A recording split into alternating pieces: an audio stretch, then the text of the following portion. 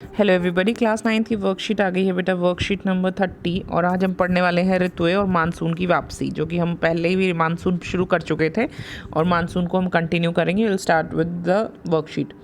देखिए बच्चे, यहाँ पर एक डायग्राम दिखाया गया है। यहाँ पर दिखाया गया है कि अक्टूबर नवंबर में क्या होता है। ये हमें अलग अलग सिचुएशन में मानसून को दिखा रहे हैं। यह अक्टूबर नवंबर का मानसून है कि कैसे मानसून रिसीड हो रहा है, यानी कि वापस जा रहा है, लौट रहा है। रिसीडिंग मानसून बोलते हैं इस सिचुएशन को। यहाँ पर आपको सिर्फ जो चीज़ें देखनी है कि जो अब आप कंपेयर करिएगा, जो पिछली वर्कशीट है और ये वाली वर्कशीट्स को कंपेयर कीजिएगा कि इंडिया के मैप पर जो पहले लाइनें थी या जो पहले हवा का रुख था वो कैसे था, और अब देखिए कैसे हो गया है, और कैसे मानसून वापस लौटता है और कैसे वो आया था। तो जो लहरों जो हवा की लहरें हैं, यानी हवा थी जो, वो किस तरीके से रिसीड होती है और किस तरीके से वो हवा मानसून पवनें आती हैं।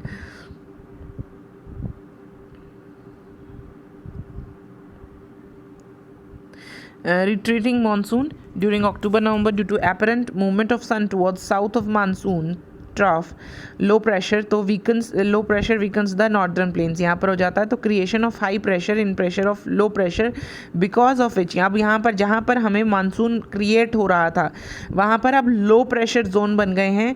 पहले क्या था, अब हाई प्रेशर जोन बन गए हैं। पहले यहाँ लो प्रेशर जोन बन रहा था जिसके कारण हवाएं यहाँ आ रही थी। अब इसके में क्या होगा, अब कहाँ जाएंगी पवनें। पहले यहाँ पर क्या हो रहा था बच्चे, यहाँ लो प्रेशर बन रहा था और यहाँ की तरफ क्या बन रहा था, हाई प्रेशर।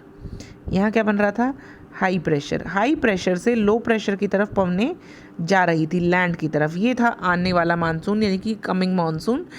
अब क्या हुआ है, अब यहाँ पर लो प्रेशर जहाँ था वहाँ पर अब हो गया है हाई प्रेशर। क्या हो गया है, हाई प्रेशर। अब हाई प्रेशर है यहाँ, तो पवनें क्या जाएंगी, यहाँ से और समंदर की तरफ जाएंगी, क्योंकि समंदर की तरफ अब वहाँ पर सन की मूवमेंट की वजह से लो प्रेशर एरियाज इधर क्रिएट हो रहे हैं, उधर नहीं। ठीक है, तो यहाँ पर आपकी पवनें इस तरीके से लौटना शुरू करेंगी। ठीक है बच्चे, यहाँ पर क्या होता है ये देखते हैं। पवनें अब स्थल से समुद्र की तरफ खिसकना शुरू कर देती हैं। Now the wind start to blow from land to C.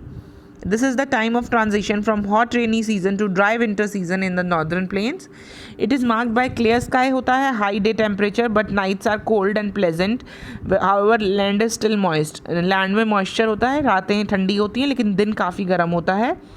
High temperature की कंडीशंस के कारण और ह्यूमिडिटी के कारण वेदर कई बार ऑप्रेसिव हो जाता है, यानी कि अक्टूबर हीट बोलते हैं इसको बेटा। वो चिपचिपी सी गर्मी होती है, बहुत घुटन होती है। आप फील कर पा रहे होंगे, सितंबर का लास्ट चल रहा है तो हम लोग सितंबर में ही ये वाली हीट, अक्टूबर हीट जिसको बोलते हैं, ये इस बार सितंबर में ही हमें फील हो रही है कि बड़ी घुटन होती है। ना बारिश आती है ना कुछ और होता है, लेकिन बहुत घुटन जैसा माहौल होता है। The low pressure conditions over the northern western India gets transfer to the Bay of Bengal early November which is associated with cyclones. अब जो लो प्रेशर कंडीशंस थी वो किस तरफ शिफ्ट हो गई, यहाँ पर ये बे ऑफ बंगाल आप देख रहे हैं, इस बे ऑफ बंगाल में ये शिफ्ट हो गई हैं। अब यहाँ पर इसके कारण अब क्या होगा, यहाँ पर साइक्लोन्स, आप पढ़िएगा साइक्लोन्स का हमने एक वीडियो बनाई थी। अगर आपको ये पता करना है कि साइक्लोन्स के नाम किस तरह रखे जाते हैं तो मैं आपको डिस्क्रिप्शन बॉक्स में देखिए एक लिंक दूंगी, फिर आपको पता चलेगा कि साइक्लोन्स के जो नाम होते हैं, कैटरीना होता है या फिर कुछ भी होता है, जैसे कि बे ऑफ बंगाल में अभी आए थे, तो ये क्यों रखा जाता है, ऐसा नाम क्यों रखा जाता है, आप समझ पाएंगे। ठीक है बच्चे, and these tropical cyclones generally cross the eastern coast of India causing devastating storm, widespread rain and heavy destruction।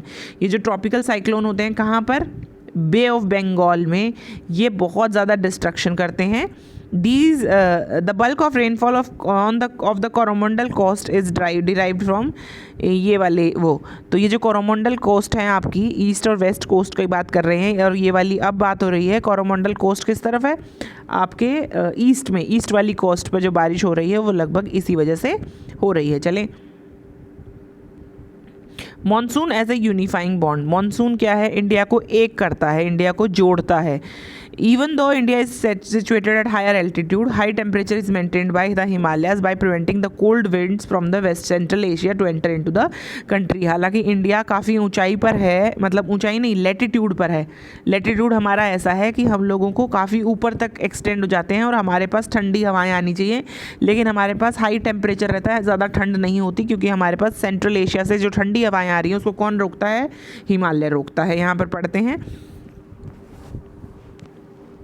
आप इसको पढ़िएगा ज़रूर ध्यान से, क्योंकि मैंने एक्सप्लेन तो कर ही दिया है. अक्टूबर हीट को हिंदी में कहते हैं क्वार की उमस.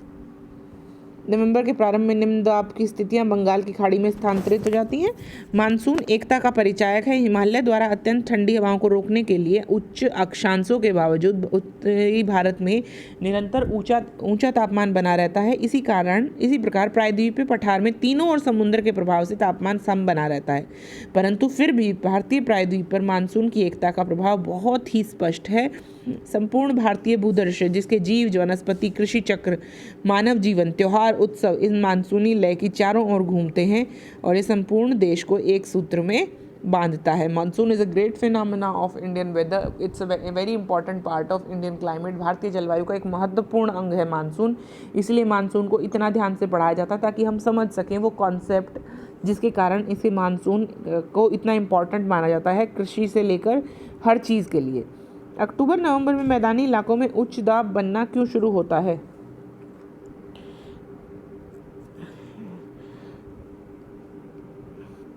चलिए बच्चे, पहला क्वेश्चन करते हैं. अक्टूबर नवंबर में मैदानी इलाकों में उच्च दाब बनना क्यों शुरू हो जाता है? बेटा हम इंग्लिश में बताएं या हिंदी में बताएं? एक्सप्लेन तो हम हिंदी में ही करते हैं, because that is the language you understand. तो जो भी क्वेश्चंस बिल्कुल डिट्टो है बेटा, वर्कशीट्स, जो पॉइंट्स यहाँ पर है आंसर में, जो क्वेश्चन यहाँ पर है वही क्वेश्चन वहाँ पर है. तो अक्टूबर नवंबर में उच्च दाब बनना क्यों शुरू होता है? पहले जो पॉइंट्स थे हमने आज वर्कशीट के किए थे, वो दोनों पॉइंट्स इसी को डिस्कस कर रहे थे.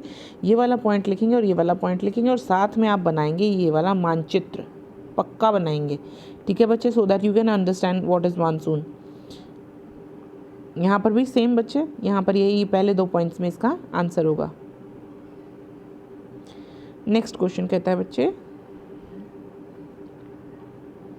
मानसून की वापसी की कुछ प्रमुख विशेषताएं बताइए. मानसून वापसी का मतलब क्या होता है? मानसून की वापसी का मतलब देखिए, आप पहले पॉइंट से लिखना शुरू करेंगे, ठीक है, क्योंकि यहाँ से आपको पता चलेगा मानसून वापस चलना क्यों शुरू होता है. पवनें अब क्या होती हैं?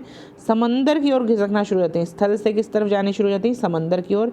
उत्तर पूर्वी भागों में वर्षा ऋतु में के स्थान पर शीत ऋतु का में परिवर्तन काल में होता है. आसमान साफ होता है. सारी चीज़ें आप करेंगे क्योंकि ये सारा रिट्रीटिंग मानसून ही तो बताया गया बच्चे. बंगाल की खाड़ी में चक्रवातों की संभावना, और मैं आई शो यू वो चक्रवातों के नाम किस प्रकार होते हैं. मैं पक्का आपको डिस्क्रिप्शन बॉक्स में वो वीडियो डालूंगी. मानसून पूरे देश को एक सूत्र में बांधता है. इस कथन की समीक्षा कीजिए. ये जो पूरी लाइन थी बच्चे, ये पूरी लाइन इसी बारे में थी. ये पूरा पैराग्राफ आप you will write it down. ठीक है. नेक्स्ट क्वेश्चन कहता है बच्चे, मानचित्र की सहायता से निम्न प्रश्नों के उत्तर दीजिए. दिल्ली और संपूर्ण देश में मानसून की वापसी की संभावित तिथि क्या है? देखिए, चलिए यहाँ पर तारीख देखिए, दिल्ली के आसपास 15 सितंबर. कब जाता है मानसून? देखिए 15 सितंबर.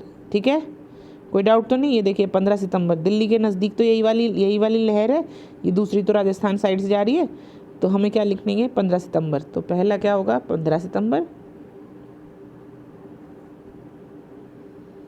उसके बाद 1 सितंबर से 15 सितंबर के बीच भारत के किन दो राज्यों में मानसून की वापसी होती है? देखिए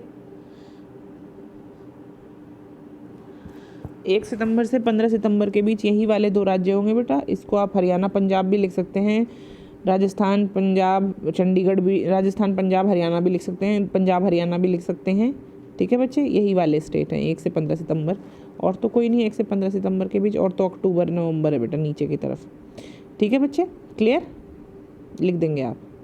आई होप ये वर्कशीट आपको समझ में आई. कोई डाउट हो ना बच्चे तो प्लीज़ कमेंट करके पूछिएगा. इट्स वेरी इजी, बहुत इजी वर्कशीट्स आ रही है, लेकिन ये छोटे छोटे कॉन्सेप्ट अगर आप साथ साथ क्लियर करते चलेंगे तो आपके लिए बुक पढ़ना is very easy. It will be and very easy like cake baking और केक ईटिंग, क्योंकि बहुत सारे कॉन्सेप्ट्स, बहुत सारी चीज़ें आपकी क्लियर हो रही हैं वर्कशीट्स में. तो अपनी वर्कशीट्स को ध्यान से करिए, एक एक पॉइंट को ध्यान से लिखिए, और दिन में जितनी भी वर्कशीट्स आती हैं 2 या 3, उनको कम्प्लीटली अंडरस्टैंड करिए. ठीक है बच्चे, मिलते हैं अगली वर्कशीट के साथ. Bye bye.